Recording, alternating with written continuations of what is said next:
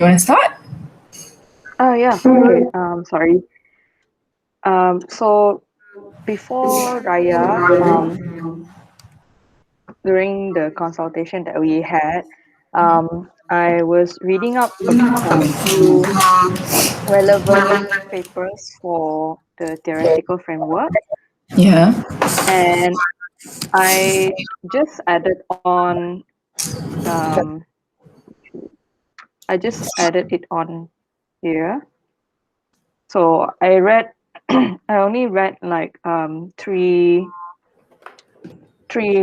scholarly articles that mention about the theoretical framework that I think would be relevant Right. to the research objectives and questions that I posed earlier on from chapter two, like what I formed from chapter two based on the gaps Say that and again. Sorry. Say that again. You. I didn't, the get the that. theoretical framework. Yeah. Sorry, the theoretical framework for my study. Uh-huh. I read uh, just about three scholarly articles that I think is quite relevant to the research questions and objectives that I plan out for this um, study of mine, which is also based on the literature review, based on the gaps that I personally think my corpus has, like that needs to be explored, which are okay, the objectives and questions are not here because it's the chapter 3 draft, but I read Joseph Campbell's the what's the title of that paper again, I forgot. um I think Hero with a Thousand Faces. Yeah. Yeah, the 1949 one, that was cited a lot. I saw that on Google Scholar. I read that a bit, and it was very concise when it comes to explaining the journey of a hero Mm-hmm. in a story. So that one seems relevant to me. And then I also read this article that sort of rehashes Pearson's hero archetype. Right. Yeah. So then I found another like entirely different scholarly article by Hunter here. If I can highlight over here. Um, so like from what I found in um, that suggestion in that study, this person just explains that heroes are built upon a theory that heroes are never out there to go on adventure. They are usually put on to go for quests instead, because usually in stories, the characters are always they always find themselves in such situation, unexpected situation and timing usually, where suddenly their lives, whom they thought it was normal all this while, Mm-hmm. suddenly becomes something big.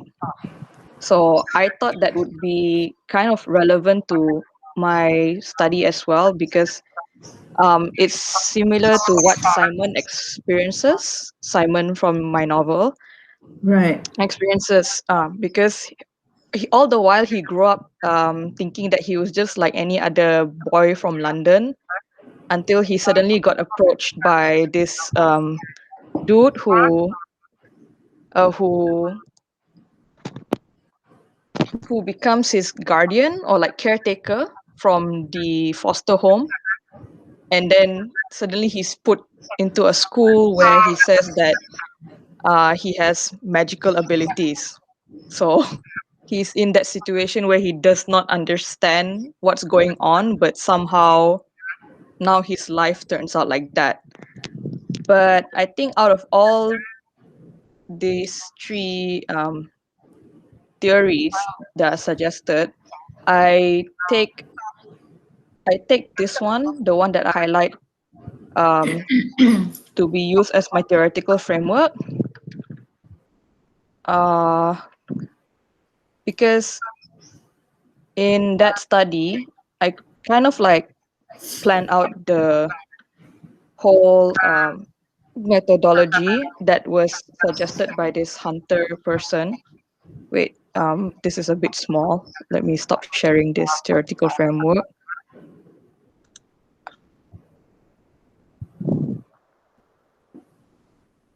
Oh, hi, Ida. I didn't see you're here. Morning. Hi.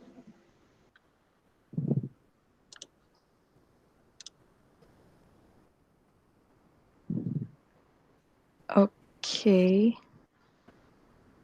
Are you sharing something? Yeah, I'm currently sharing, but it's loading. Is it sharing now? Coming up. Yes. All right. So let me just try to zoom this in more. If okay, so basically, from the entire theory that is suggested by Hunter, is that a lot of these stories, when it comes to like the ex- looking into like hero archetype and the characteristics, and as well the journey that the hero experiences, it could be traced back to Homer's Odysseus. This has to do with a little bit of mythology, and it's quite relevant to my novel because the journey itself it sort of reflects this story here that was written back during the peak of Greek literature. So from here, Hunter actually explains that um, in Homer's Odysseus, the hero is flawed in many ways, meaning to say that they're like a normal person, but somehow they either exhibit the strength of a superhuman or some sort of ability that other normal human beings don't have. But to them, they're in disbelief that, and then they doubt themselves, like, oh, do I really have this ability? Why am I different than others? I don't think I'm different than others. So then uh, that's where the study goes into this, the hero and the journey archetypes in literature.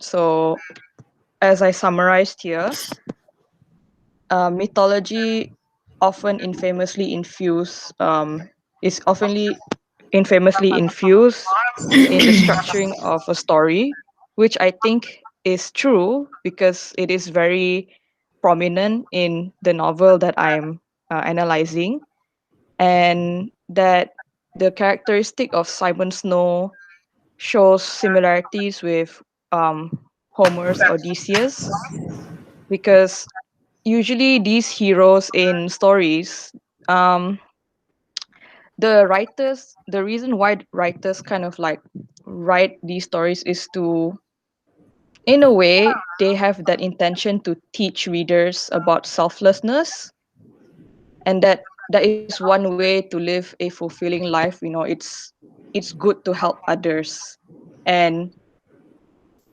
it's good to help others, and as well, if one were to think like they are not worthy, or they have a lot of self-doubt, they're insecure, that they shouldn't live life that way. They should always look at the bright side, that they have to believe that they are destined to do great things. So that is basically one of the characteristics and the journey that most heroes in fantasy fiction experiences, based on um, what the author has developed for that main character. And then it moves on towards talking about the hero, the predestined hero, or the chosen one in this case, and their fate. So usually these chosen ones in fantasy fiction, like going back going back to Homer's Odysseus, Homer's character, um, they're like normal people, but they have exceptional abilities. So yeah, it's a common characteristic for the chosen one. So basically, this part of the study just explains how the hero's background has always been predestined due to the events that happen before their birth, or maybe surrounding the time of their existence during maybe childhood or infancy that they are not aware of. So then that slowly moves down towards the call to adventure. Now, Hunter's theory, the study that this scholar has structured, um, she looks into Tolkien's Lord of the Rings series as well as Harry Potter's series. So that's why I think it's very, very relevant to um, the novel that I choose to analyze, because Hunter looks into famous young adult fantasy fiction books, like analyzing the chosen one characters, like Frodo as well as Harry Potter. So I want to use what she or he has used in my study. So here the call to adventure says that usually um, for the heroes or the main characters, while they are imperfect and flawed in many ways, or they still, like usually in the beginning of every story, they don't know how to harness their abilities. Um, when they actually accept the quest, or they realize that it is in their hands to actually like solve something, they actually fulfill the prophecy of their fate. So, by accepting the call to the adventure or the quest that they have been placed into, which when they accept this quest, it goes to this section of the framework, where usually the heroes, they are never alone on their journey. They have helpers. So helpers can be in the form of the Pearson's archetype. Is it Pearson's archetype or Jungian archetype of like uh the old man, and as well as like, it depends on which category of archetype the helpers fall into. It could be the all wise man that guides the hero to their journey, or it could also be the hero's friends, who are like the I would say the sidekick. So they act as like protective figures for the hero. They guide them along the journey, and then in a way it gives the main character the the development, and it kind of shows um the motivation, internal and external motivation, that the main character has to go through in the story, which I think would be very useful for my study, because um I think, wait, let me look into my research question. Yeah, because one of my research question I looked into is what motivates Simon Snow to accept his fate as the chosen one. So for that question, I'm thinking that I would like to look into um, Simon Snow's friends, and maybe also his love life, his love interests, like maybe because they kind of motivate him to be the person he is towards the end of the story, to be the chosen one and defeat the villain at the end of the story. And once I've already like discovered what the helpers did to motivate the main character, then I would also like to look into the trials and tribulations that the hero actually experiences. So meaning to say that um, after going on the journey, um, even though the main character has like help from their friends or their mentor. I would also like to look into certain scenes where the main character in my novel is being put to test. So, like when they are being put to test, what happened to them and how do they overcome it? So, like what I summarize here for this part of the framework is that usually the hero in fantasy fiction, they are being put to test to see like how what their abilities are and how they can harness it. In a way, it is a way for them to learn how to control their abilities that they have, since all this while they're naive and they don't know how to um, use the power that they have. So usually by confronting the villain or the antagonist of the story, they actually find more ways to uncover hidden abilities that they have that they themselves do not know, and which usually, like when they have discovered that, it reaches to the plot of the story would like reach to the climax where it's like usually the fight scenes or um fight scenes, or maybe like it would involve some sort of character death, usually character death, like the main characters, let's say friends, maybe one of them like died or something, so that sort of tribulation kind of like motivates them to or fuels their passion to fight back and actually like finish what they have started throughout the journey. So once all of that has been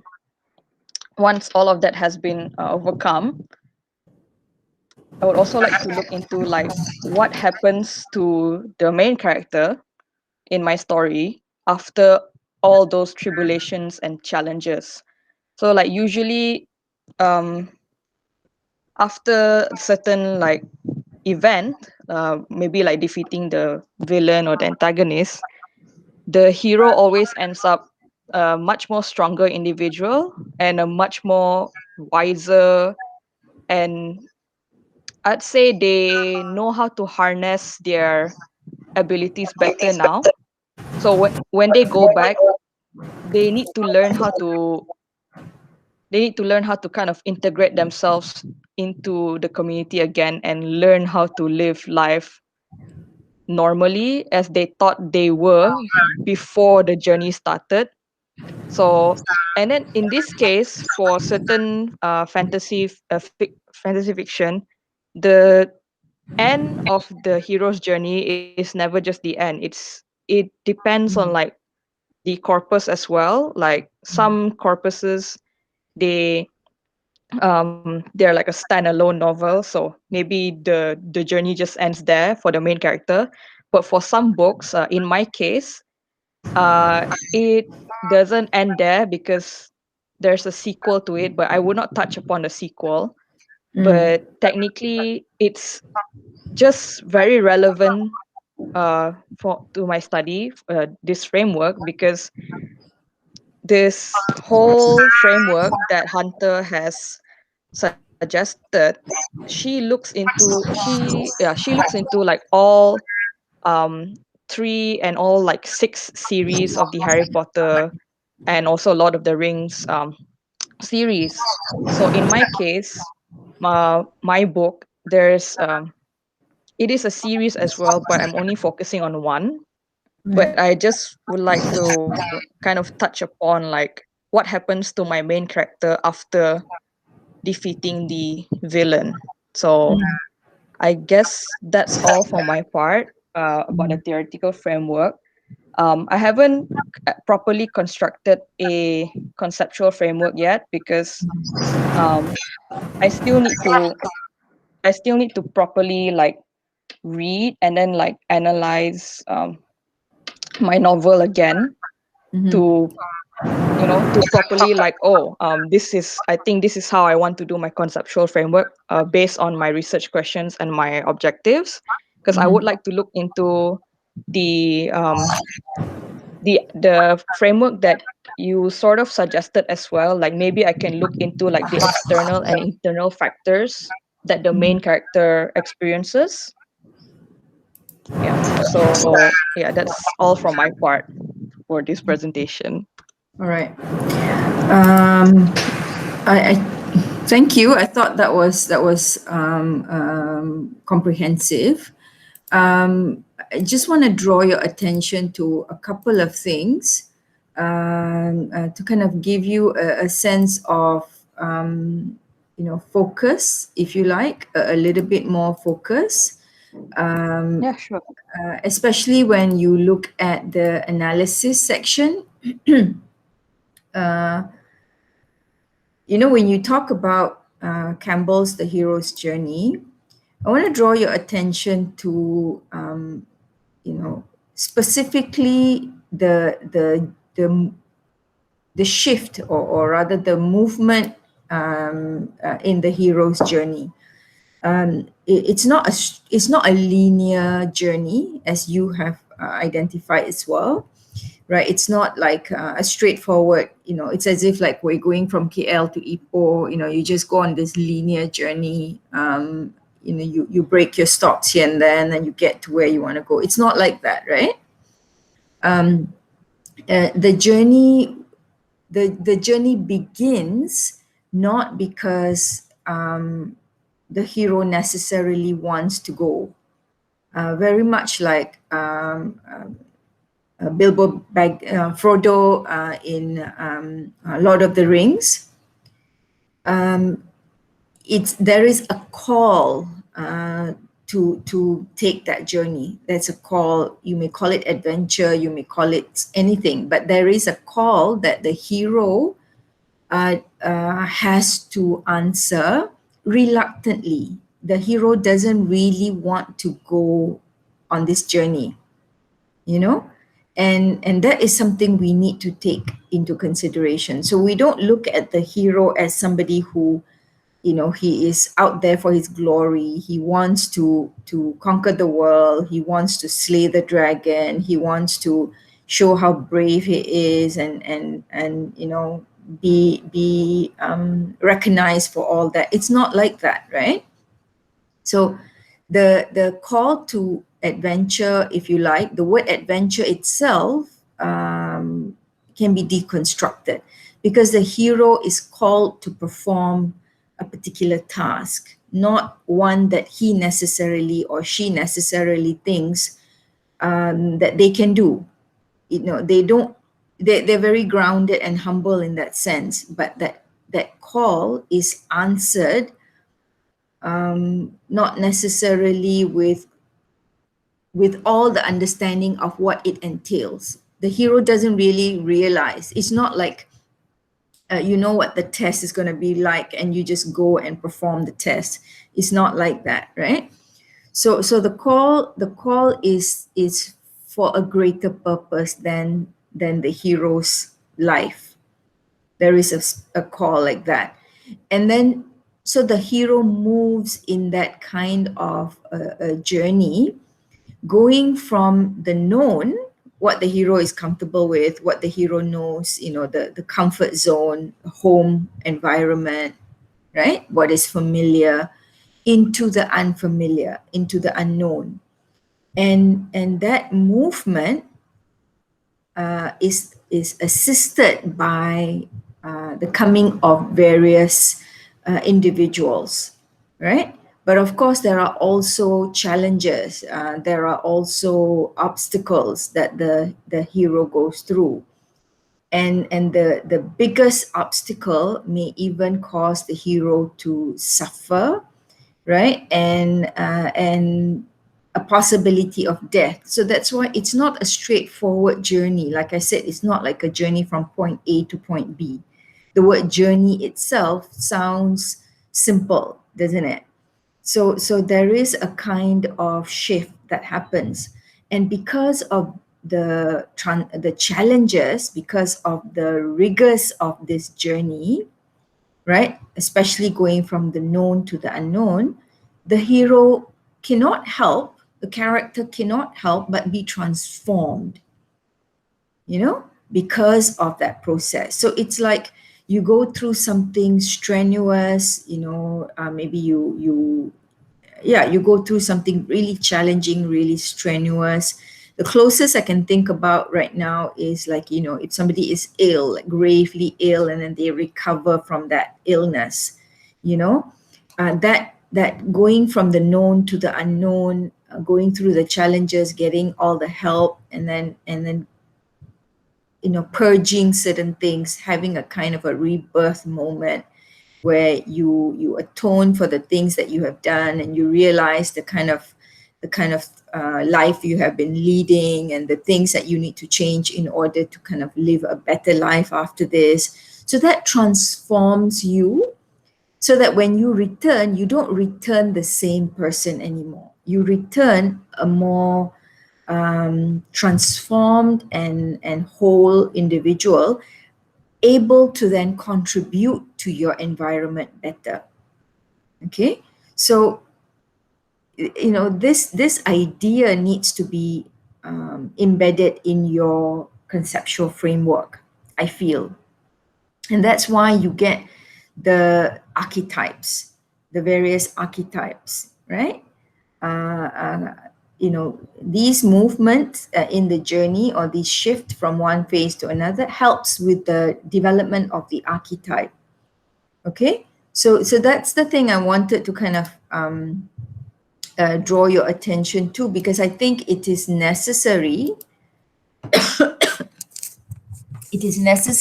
to clarify those elements. Now, that being said, um, the hero does not see himself as a hero or the chosen one at the beginning. So this is something else that you need to establish in your conceptual framework.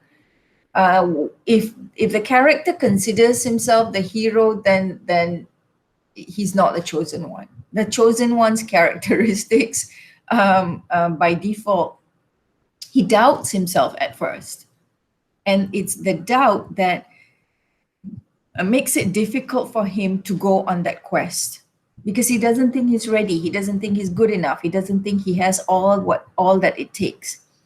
So when I read the blurb to Rainbow Rowell's Carry On, it gives you that sense that others don't think of him that way, of Simon Snow. Would that be fair? Do the other characters consider Simon as the chosen one, or do the others doubt him? Um, the others kind of doubt him, but not his mentor. But Simon himself, he doubts himself in a way. He's like, why am I being put in this school, but I can't even perform magic like my other friends. Mm, Yet I'm being told that I have magical abilities. mm, So it's also himself and his friends a little bit. His love interest, and also like his ex-girlfriend and his best friend.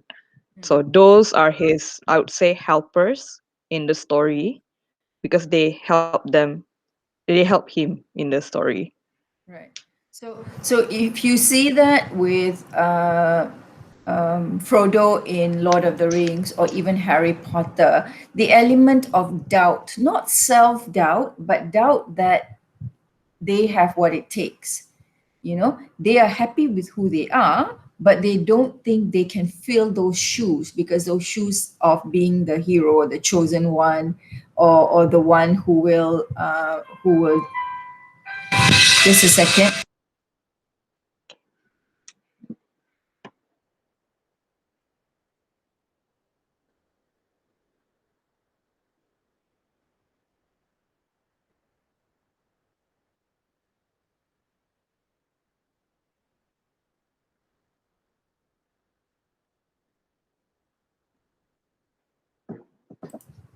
I'm sorry.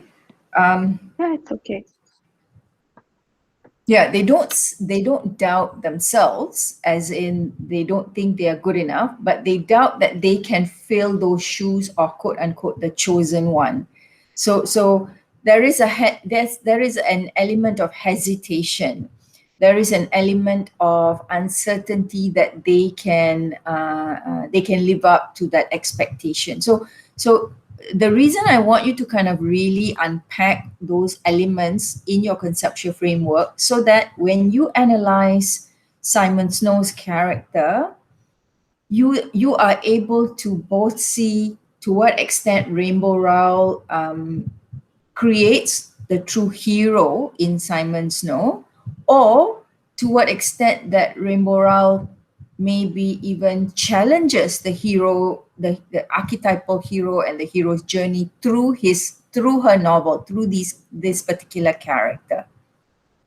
So the implication of your reading is significant as long as you are able to create a conceptual framework detailed enough for you then to be able to look at the analysis and say there is a mismatch between what the hero's journey spells out and what Rainbow Rowell does in Carry On follows the trope, but to an extent only. And there is a kind of a point in the journey in which the hero moves off on a tangent, for instance. Maybe the hero doesn't return. Maybe the hero doesn't get transformed. Maybe something like this. So either that or the trope is followed almost to the T.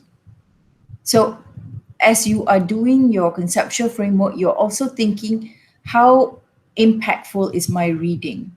What is the implication of this reading? What's the significance of this reading? So, but you're on track. So I think you're good to go.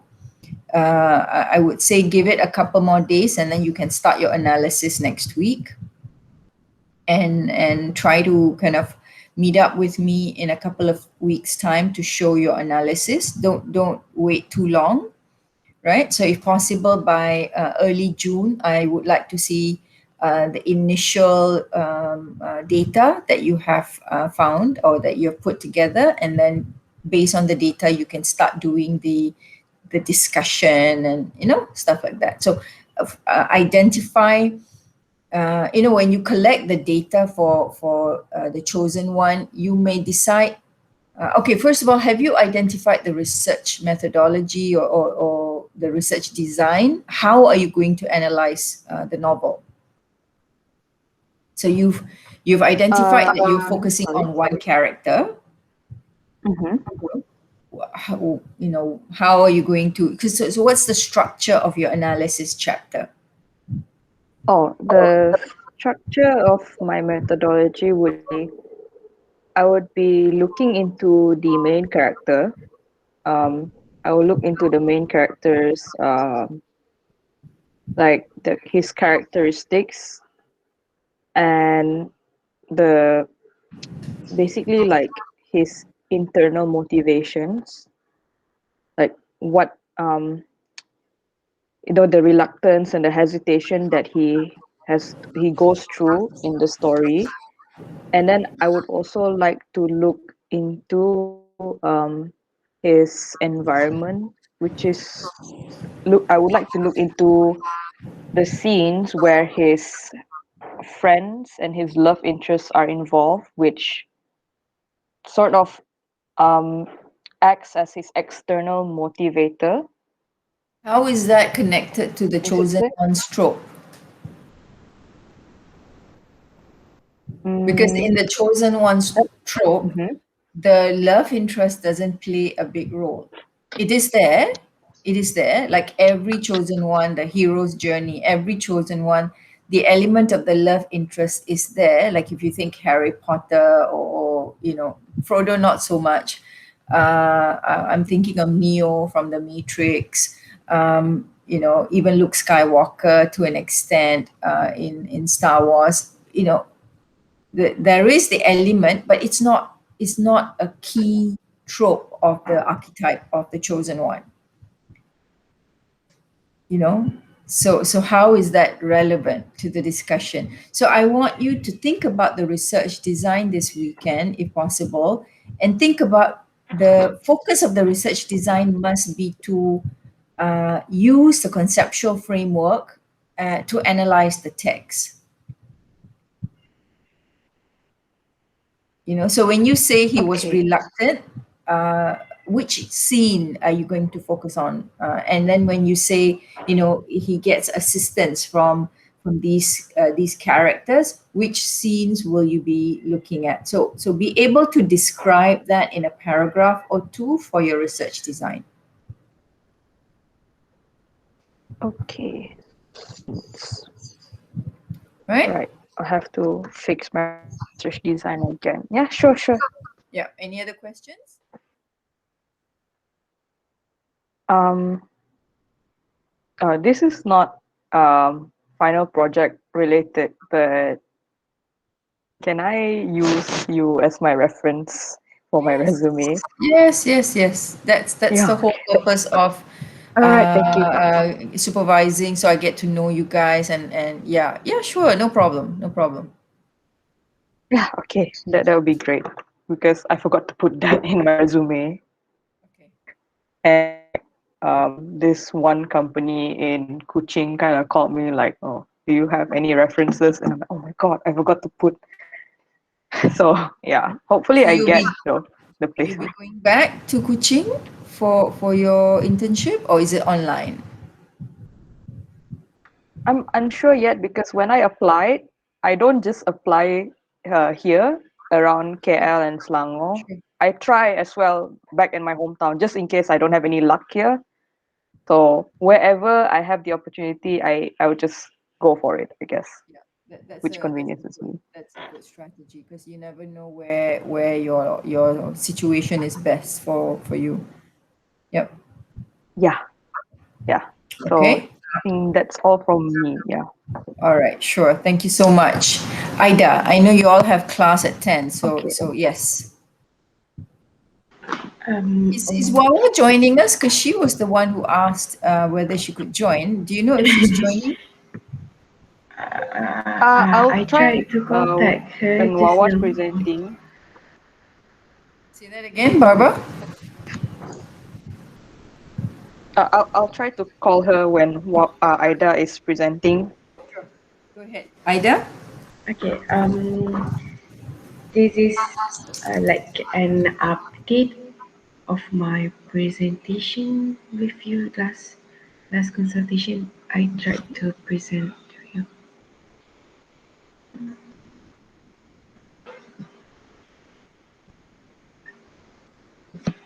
Okay, can you see, Doctor? It's coming up. Yeah. Okay. Okay, I stopped at the resiliency factors last consultation, and now I do add some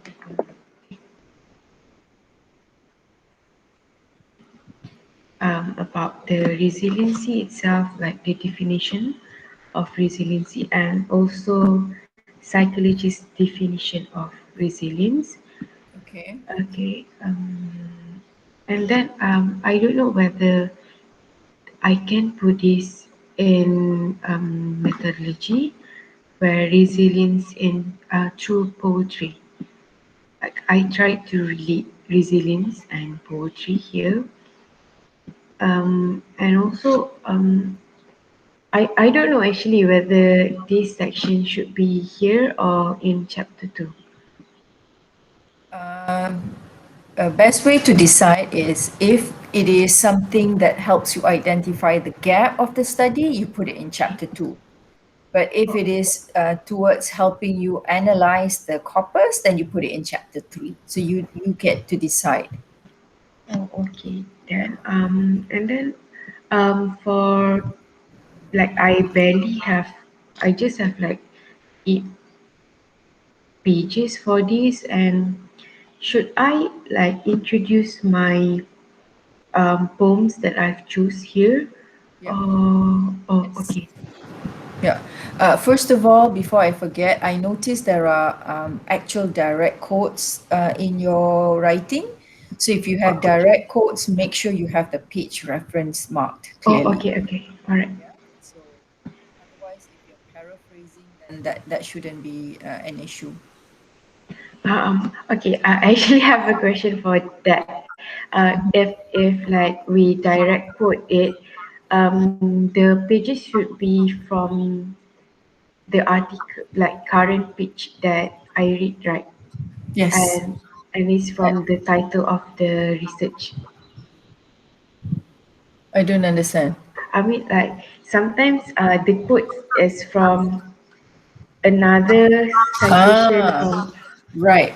So that's called secondary source. So you've got primary source, you've got secondary source. So if it's a primary source, you are quoting from the author who wrote that article or authors who wrote that article.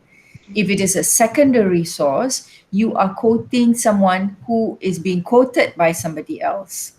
Okay. So it's better to quote primary source rather than secondary source. So my strategy would be like if I'm reading someone's work and I find a quote in that by somebody else, I would trace that quote back to the original source and try to cite that. So then you have two Okay. citations.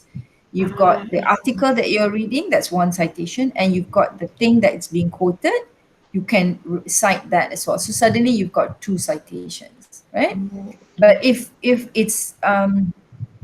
the point that is being made is more important from the primary source rather than the secondary source, so go with the primary source. Because if the secondary source is just mentioning something that helps reinforce what the primary source is saying, then that's all right. Just use the secondary source, and then you can say uh, um, quoted in. You can actually put in brackets quoted in and somebody else. Okay? And then I would like to show you the like my entire chapter three, Yeah. whether I do it right or not. I had a look just now. I had a quick Okay. glance. So what I saw was there was no page reference. That was the thing that I saw most glaring. Okay. So like you are looking at the theoretical framework. So I remember the last time we discussed this, the concepts in the theoretical framework. So rather, the theory itself is positioned in the theoretical framework, and then the conceptual framework is made up of key concepts from the theoretical framework that you draw from, right? And you develop your own conceptual framework. So, what are the concepts that you will be identifying in your conceptual framework? So, you've got resilience. What else? Last time I decided it to be resilience. Then the patriarchal elements in the earlier section. How does that serve your conceptual framework? Oh, I actually that one actually I didn't decide for that. So at that time, but then it just like a brief. Uh, I think I would I would delete that part This because one, the patriarchal terrorism. the patriarchal one because I've read the Rupi Kaur's latest book and there is nothing about patriarchal terrorism at all. Maybe the word patriarchal terrorism may be changed, but the content itself, is there anything in the write-up on patriarchy? Is there anything on the write-up that may be useful? Maybe not in the conceptual framework, but can it be used to review Rupi Kaur's work in the literature review? Yeah. Then That's I nice. would take this and put it in chapter 2. Oh, Because if alright. it serves to help with the identifying the gap in the study, then put it in chapter 2. Don't delete it, because whatever you have written, let's try to kind of reorganize it so that you don't waste anything, right? But you position it in the right place. It may be part of your background of study in chapter 1. It may serve as a portion of your literature review. You may even break it up. You may even take chunks of it, sentences from this section to put in your background of study or to put in your literature review, to expand on your literature review. But just don't waste it. Don't throw it out. However, for conceptual framework, make sure that it is only the concepts that really serves the analysis of the poems that will be here. Anything else, relocate them. All right.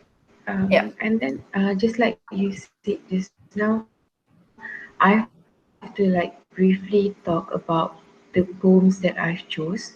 So is it like my narrative or just show the poems? Good question. Okay, so at the end of this section, you will have a section called the corpus, research corpus, right? So in the section called research corpus, you will introduce your corpus. You will introduce the writer who has written this corpus. If you have introduced the writer in chapter 1 or even in chapter 2, then you don't need to repeat the writer or introduction to the writer. However, introduction to the poems, you may say something to the effect of in which collection these poems were published, what was the year. So you mention the obvious, what year it was published in. Is there any obvious information that you can share? So don't go into the analysis, but mention the obvious information. Where it was published, which anthology, what year was it published, and all the rest of it. So that's why in our last supervision, I suggested that choose poems from one anthology. So that way you get to introduce holistically, is it, in this research, the research corpus comes from this particular anthology published in this particular year. And then if there is anything that Rupi Kaur says about the collection, maybe she has worded it in the preface, or maybe there is an introduction, or maybe in her acknowledgement, whatever. So you can say something, for instance, sorry, remind me which poems again? In which anthology? Home body. Okay. And which are the poems? There are a few that I've selected, but I don't know the certain amount that I'll take. There's like 10 so far. I've selected 10. From the anthology called Homebody. Yeah. If you could send me the list, that I- would, because I have her book. I would like to just have a sense of what the 10 poems are. Okay. So Okay, in your first paragraph, you will introduce the corpus, and you will say where the corpus was published and what year, and you will identify the 10 poems. Then you will rationalize why you chose these 10 poems. Out of all, why did you select these 10 poems? What was it about these 10 poems that lends itself uniquely for your research?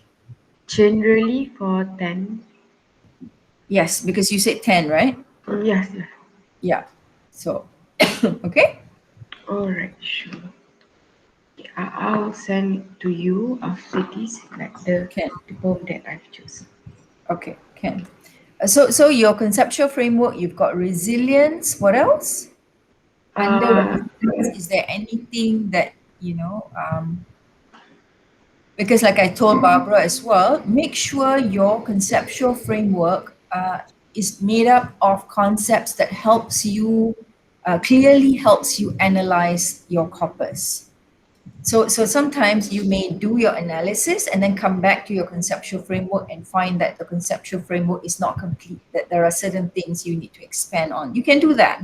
It's not a linear process. So don't feel like once you're done with chapter 3, you cannot come back to it. It's not like that. It tends to go back and forth, especially chapter 3 and chapter 4, because you're doing your analysis and then you're coming back and maybe tweaking your conceptual framework a little bit more, right? So keep the bulk of the 2 chapters in mind constantly as you're working towards your Conceptual framework, you're thinking about your analysis. How is this concept going to help with my analysis? Which poems will I be analyzing for these concepts, right? And then think about when you're thinking about the analysis, what other concepts may serve when I'm reading these poems, and then look at your research questions and research objectives. So it's you're oscillating between them. You're going back and forth, you know? So yeah. Okay. Okay. I think I should give way to Wawa. Okay, Wawa. That's not the way. I am fighting with my Wi-Fi right now. Listen, if I don't want to rush you, after your class at around what time? About 12:15, I can see you again if you need me to. I just need to go and send my daughter for she's her exams is at 1. She needs to go into the exam hall by 12. So I need to drop her off by 11:50 thereabout. So which means I have to leave by 11:30. Otherwise, after that, I can see you at 12:15 or so. I should be back by 12:15 from her exam hall. So if we're in a rush, we can meet at 12:15. But start because we've got about 5 minutes at least. Because it's nice to have all three of you. I haven't seen all three of you in a while. That scarf looks very good on you, except that you look a bit pale. Nice color on you. Thank you. Oh yeah, I forgot. Selamat Hari Raya Mak Azir Batin. My goodness gracious, where's my manners? I hope you all had a good Hari Raya and a good break. I hope so.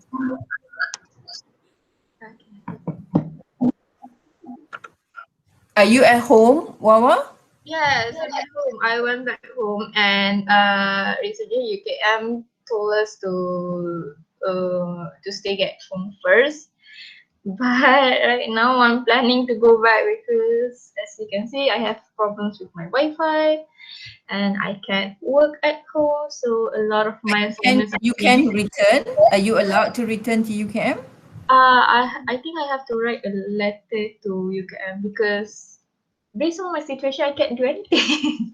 Yeah. But FSSK, for Hari Raya, we were told there was a group of 100 plus students who stayed behind for Yeah. Raya during the Raya vacation. So I think it's allowed. Just be careful. That's all.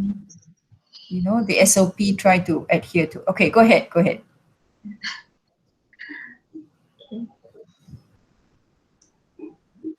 So let's see. Can I open this?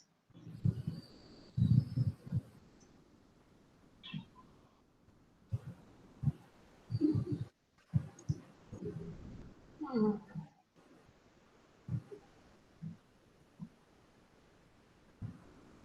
It doesn't want to share? You guys are not seeing this? Not yet. Wait.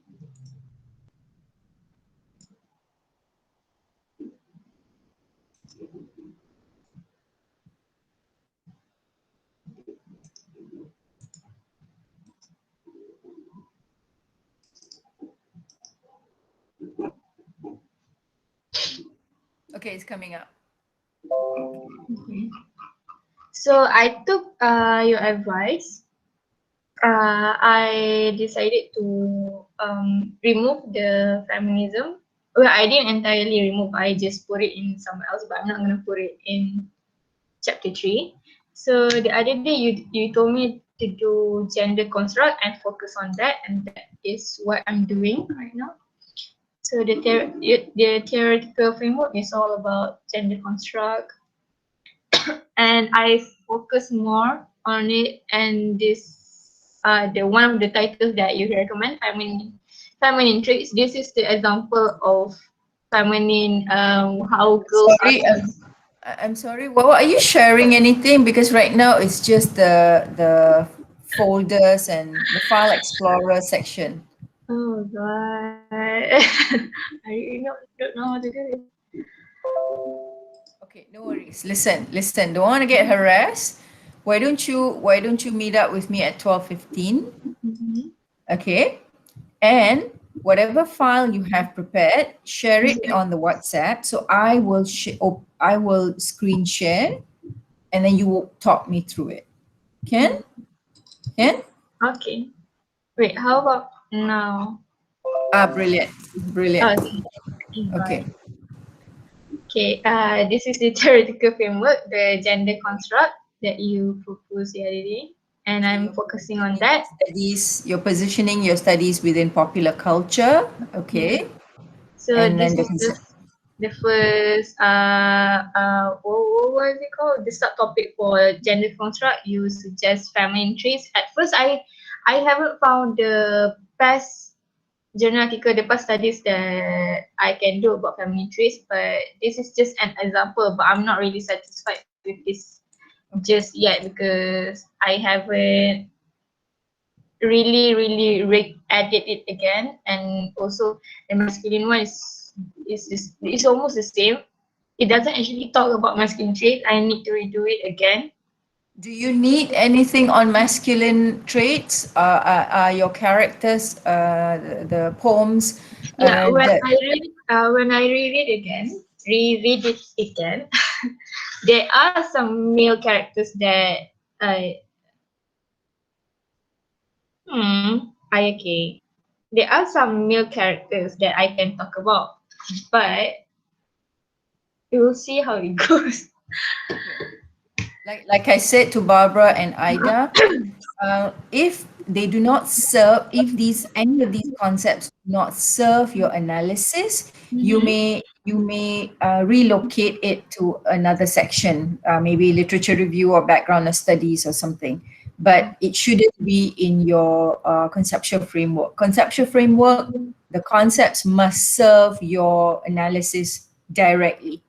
Okay. Okay, so yep, cool. Okay.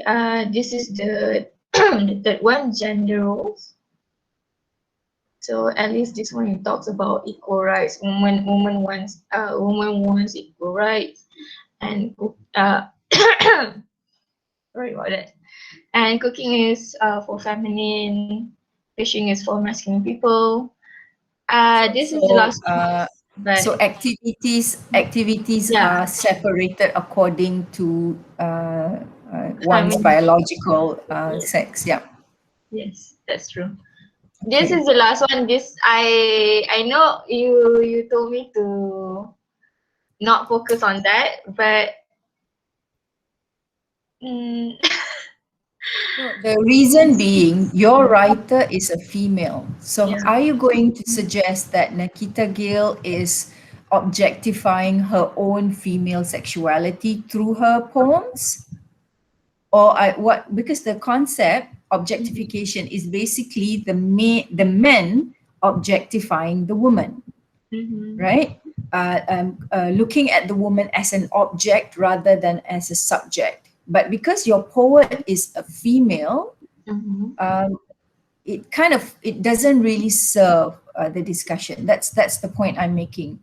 But if your analysis encourages you to focus on how women are being objectified, how are you going to rationalize the fact that the poet is a female? So if you are a woman, why do you show women being objectified? Right? So that would be an issue as a reader. You would be challenging the writer. You'll be challenging the poet. You're a woman and you're depicting woman in an objectified manner. What gives? What's the deal? You know? So that's what I mean. But if it was a male poet and you are arguing a case that shows that the man is objectifying women through his depiction in his poetry, then I understand. So that's what I mean. I didn't see the importance of it here, right? Okay. Yeah, but that doesn't mean it cannot be brought in. You may have to find another way of approaching the topic. Okay. Yeah. So maybe Nikita Gill is representing what's happening in society and how women are being objectified. right? So you need to look at how female writers objectifies women for a purpose, for an impact, to show a kind of the kind of treatment women are getting in society. She is not objectifying women, but she is representing it and replicating it in her works. Okay, anything else? Nope. Do you have your research methodology yet? This is my research methodology. No, research methodology is yes. how will you analyze your poems. That will be one section after your conceptual framework, and after you have introduced your corpus, you have one section called research methodology or research design. You can call it either names, but it's the way you will analyze the poems that you have chosen for your research using these concepts. Okay. Okay, so after the conceptual framework, you may either put your research design first or you put your research corpus first. Either way, it's fine. So the research corpus introduces the actual poems that you will be analyzing, right? Which anthology will it be from? How many poems? When was it published? What has been said about these poems? Yeah. And then the research design is a paragraph or two describing how the analysis will be done. So the research design, you may find it a little bit difficult to write until you started working your analysis, but you want something vaguely clear so that it tells you, okay, I know what I'm going to do. How am I going to separate my sections in chapter 4? How many sections will there be? Will it be thematic? Am I looking at gender roles first, and then am I looking at issues of objectification? So how will I organize my analysis? Do I go from poem to poem, or do I look at themes first? Like that. So that's your research design. So that's the design that you will use to approach your analysis in chapter 4. So the research design, for all three of you, the research design is actually a way for you to decide, how am I going to collect my data? Okay, where will I get my data from? Which poems, which scene in the novel, which relationships in the novel for Barbara, and which poems and all the rest of it. So you organize it in terms of a description. That's what your research design is. Then you use that to begin collecting your data. Once you've got your data, you may tabulate it in a form of a table or whatever. Then you look at the data and then you start to analyze it. What themes emerge? What are the said and the unsaid? What are the things that are obvious and what are the things that is inferred? So for instance, gender roles, you may find that Nikita Gill's female characters are categorized almost in these standard female roles. They are the mother, they are the daughter, they are the sister, they are the aunt, they are the grandmother, they're the grand aunt, but never the professional, never the doctor, never the lawyer. So it's her female roles her female characters or her female personas tend to carry those gendered roles. So for instance, right? So the unsaid is she doesn't seem to break the mold, the patriarchal mold. She seems to kind of conform to it. So that would be analysis. That would be one key analysis. Then you go deeper into it. You look at each poem and see how that element is being represented, what imageries comes up, right? So go back to your research question and research objective. So you keep going back and forth. So in your mind, that's why this exercise develops your critical thinking, your creative thinking, your research analytical mind. So I remember Wawa asking me, what can I do with this qualification, right? So these skill sets that you are developing, you can apply it in any context, especially one that requires you to use your analytical mind, your research skills, your critical thinking, your creative thinking, you're asking questions, you're coming up with strategies on how to answer your own questions, right? So these are generic skills that are very marketable depending on the industry that you go into, right? So mass media, for instance, would require you to, or event management, or, corporate communication, or because these would require you to think on the spot, think critically, think out of the box. That's exactly what all three of you are having to do, because your research, you are taking something unique and you're developing your own conceptual framework and you're applying it to a text. So you're constantly thinking out of the box. You're looking at the novel and you're asking yourself, how do I interpret what's in this novel? You're looking at your poems, asking yourself, how will I interpret these poems? What do I need in order to interpret these poems? So what do you need? You need to develop your own conceptual framework. You need to come up with concepts. Where do I get those concepts? I need to go and research on them. I need to read. I need to sift through what I'm reading. So all those skills, if you can apply them in the workforce, in the environment that you lend yourself to, you can contribute immensely, because you are a thinking, working and thinking human being that can contribute. You will ask the right questions, not wait for the questions to be given to you, because none of you, I gave you the questions, none of you, right? I'm only giving you suggestions along the way, right? But you develop this yourself from scratch. So that ought to tell you, look, I can do this. I have all these skill sets, and I just need to be given the space and the opportunity to kind of, participate and contribute. So that's where you, and be confident that you have developed these skills. So when you are interviewed, when you are asked questions like, what have you learned in your undergraduate level? Don't say, linguistics, applied linguistics. Don't mention the subjects. Mention the skills that you have developed. So I would actually take time to sit down and brainstorm. What are the skills that I've developed over the last almost 3 years? I've learned to be critical. I've learned to present. I've learned to use multimedia. I've learned to use technology to present my ideas. What else? I've learned to work with groups. I've learned to lead research, which is what you're doing now. You're leading a research, right? So you're not waiting for somebody to tell you what you need to read up on, or where you need to look for. You are doing all that yourself. So it can be a bit unnerving, because am I on track? Am I doing it right?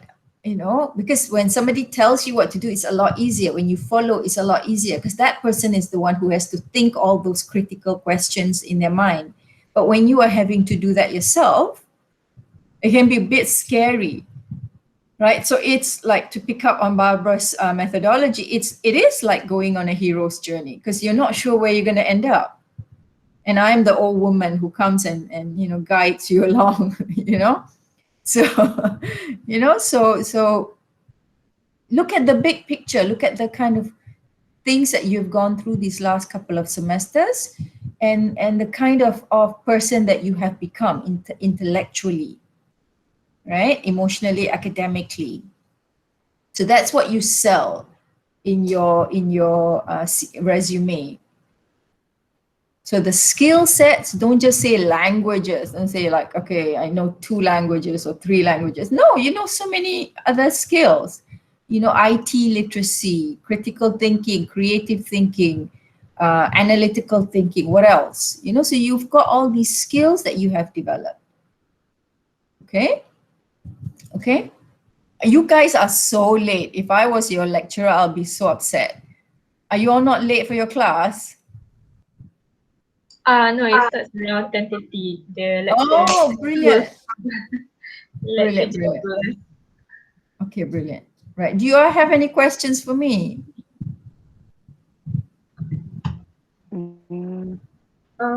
It wouldn't be final project related for me, Yeah. though. It would be more towards Sure. internship.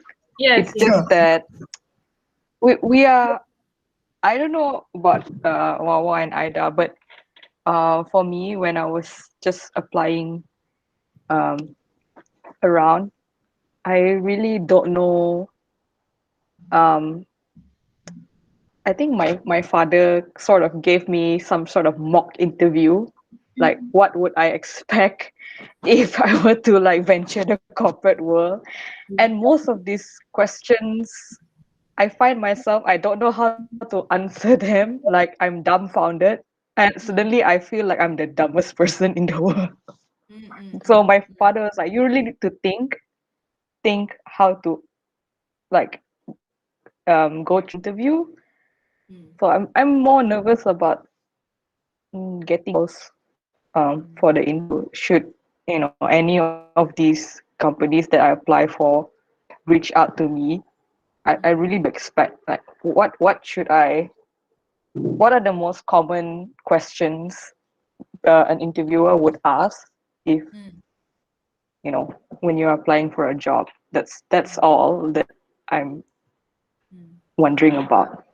I think don't be too anxious about it. I think that's good to kind of foresee what kind of questions, but it isn't a generic one list of questions. My I don't have I don't have any experience working in the corporate world, so I'll be honest upfront. But I would say, like for instance, if you are going to, if you got a position in a particular organization, the first thing you will do is to go and Google them, go to their homepage, Google them, like learn what is their vision, what's their mission statement, what's their vision, what are they about, who is leading this place, who are the members of this organization. So check out their website, check out, because the website is actually their face online.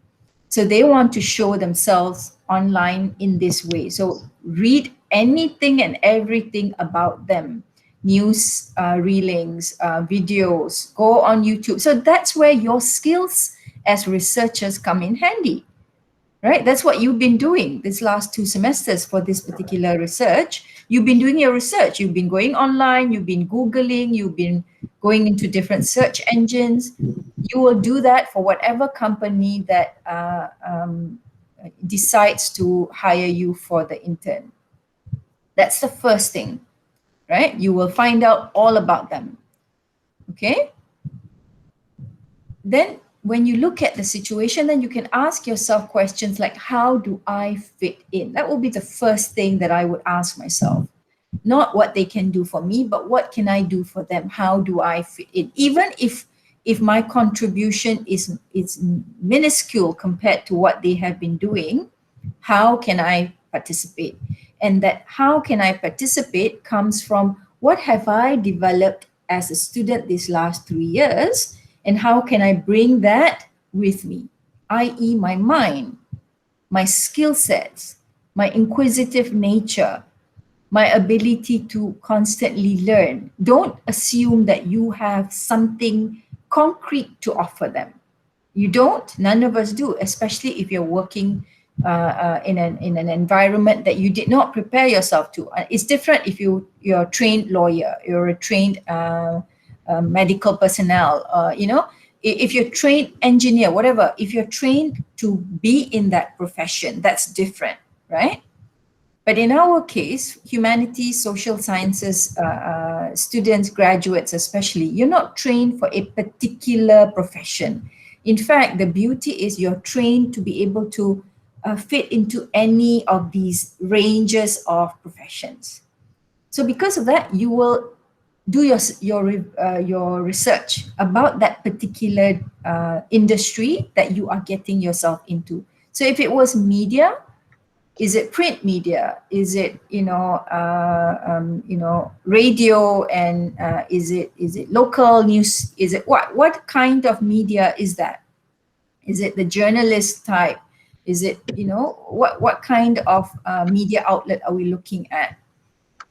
Research on that, and then see how you are able to contribute, and then ask yourself how can they help me develop myself. So I would say focus on those three. Just focus on those three. Find out more about them before the day. Read, explore, ask, critical questions about them. Ask around, ask people, ask your dad, ask your mom, ask whoever, whether they know anything about them. So that get a holistic picture in your mind. Okay, so this is what they're going to do, right? And look at the kind of activities that they have been involved in, you know. So are they there for a purpose? What's their purpose? What is it that they set out to do? Then ask yourself, how can I contribute to that industry? So make a list of all the things, because most probably that's what they would ask, because they want to know how you see yourself as part of this team. Okay. And then third, how do they help you in your growth? Because first ask what you can do for them, you know, what can you bring to the table? Then ask, by looking at them at their website and information about them, ask what can they help me in terms of my growth, not in terms of monetary gains, but in terms of my growth. Remember, we're constantly developing. We're lifelong learners. We're constantly developing in terms of who we are, our personality, our growth as a human being, right? Your ability to work, what kind of projects do they offer, and how do you see yourself contributing, and how do you see yourself learning from them? So the learning is as important as you contributing. You know, so it's a relationship, it's a professional relationship. So I would say just focus on those three things. And you're not going for an interview. So don't worry, because you're not going to be interviewed. The internship, it's an internship. Once you get in, you will learn the ropes. Later, when you've graduated and you're sending out your CV to secure a job, then you will get there. But this internship is an experience to learn outside the university space. So when you have learned in that environment, you're a bit more confident. You know, you realize, you know, it's not as scary as I thought it was, this industry, right? And you may even talk to your boss may even suggest certain things, right? Then in that environment, after a few weeks, you can talk to your boss, say, you know, if you know, somebody came to for a job in this place, what kind of questions would you ask? So then you start to ask. That's why your critical skills, your creative skills, you need to exercise them. The kind of conversations you've been having with me about your research, you need to do that as well. You know, you will do that with your mentors, with your industry mentors. And observe. If once you are at work, hopefully the you know, pandemic is over, inshallah, you get a chance to actually be immersed in the work environment. Look around, observe how things are done. Look at the said and the unsaid. What is obvious, what is not obvious, what you can infer. So all the skills that you are learning when you are reading your poems and your novel and you're analyzing it. So you're looking at what is obvious, but you're also looking deeper, right? What the writer, the poet does not say. The same thing with work-life environment. You look around, you see the dynamics between people, and you realize there's a hierarchy, there's a kind of a social order. How do you speak to your boss? How do you address your co-workers? How do you do certain things in this environment? So all those you're going to learn that aspect once you start your internship. Then you become more confident. Then you are able to approach an actual interview session. That's why the internship is really important. You know, because if you've had that internship experience, you become a little bit more ready to actually go to work, to actually be part of an organization. So you're still a student. You're not going for an interview. You're still a student. At the internship time of your education, you're still a student. So don't worry. You're not expected to know everything. Nobody is, you know. But I would say you guys have these skill sets and the technology at your disposal. Whenever you are in doubt, I would just Google it. What are some interview questions that I need to prepare for? Just Google it. Don't feel the need to have the answers up here. You don't need to do that, you know, but you use the skills that you have developed. And I know you all have developed it. That's the proof. And which is why when you say, you know, can I put you as my referee? Yeah, because I know you all are capable of all things. Right now, you just need to see yourself in action to believe it. Once you are in that environment and you are having to, do all these things, you will develop that confidence, inshallah. Okay. Any other questions? But good to be nervous, guys. Yeah. I'm just saying, it's good to be nervous. It's good, Yeah, Wawa? Yeah. I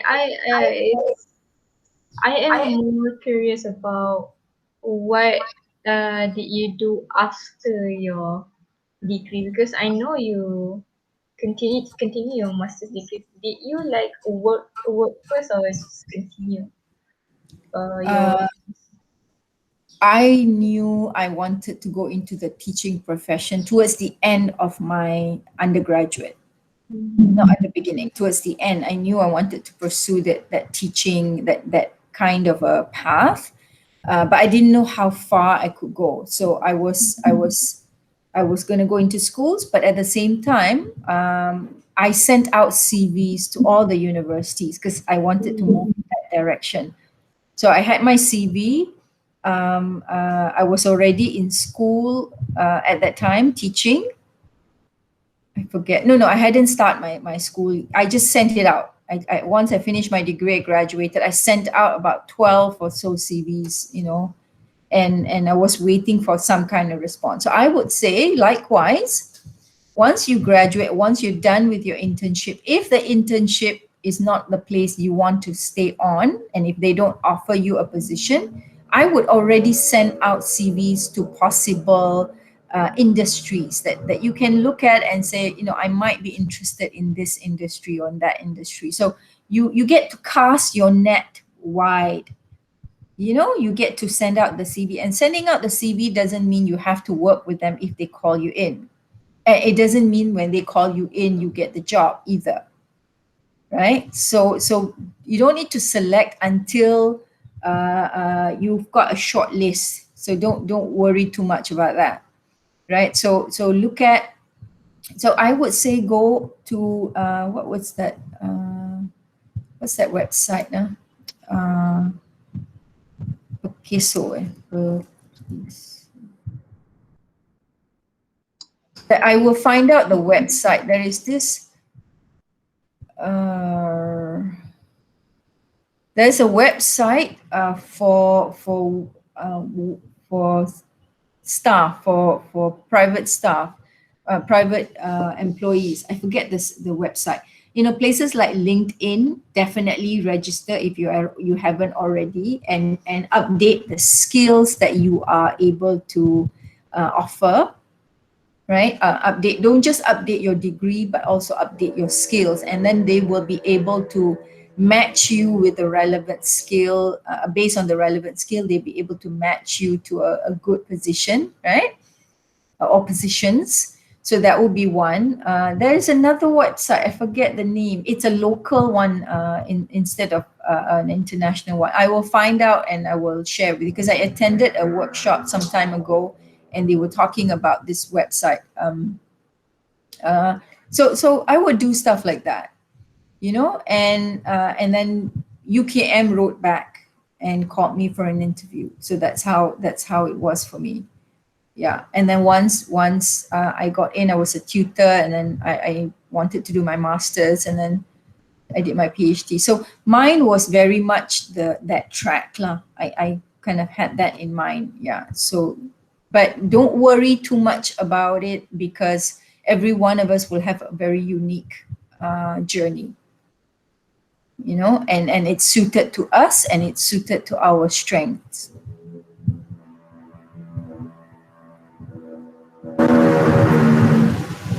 Any other question?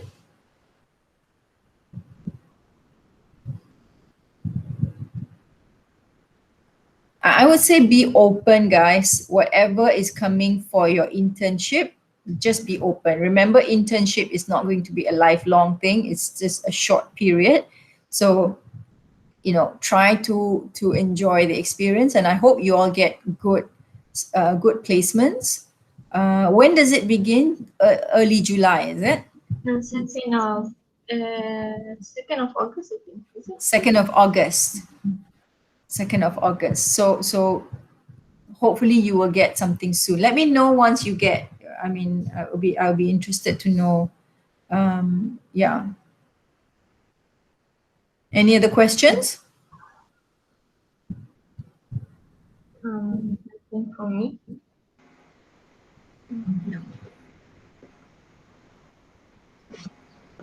Okay. So I will let you all go because you don't want to be late for your class. So see me again soon about your chapter 3. About certain things. Talk to me again because what I don't want is because by the end of next week, you need to have completed the draft of chapter 3. That will be the timeline. So that by early June, you're working on your analysis. But as you're working on your analysis, you may tweak your chapter 2 and 3, but you're not working on chapter 2 and 3. In June, I don't want you to be working on chapters 2 and 3, because you don't want to rush at the end.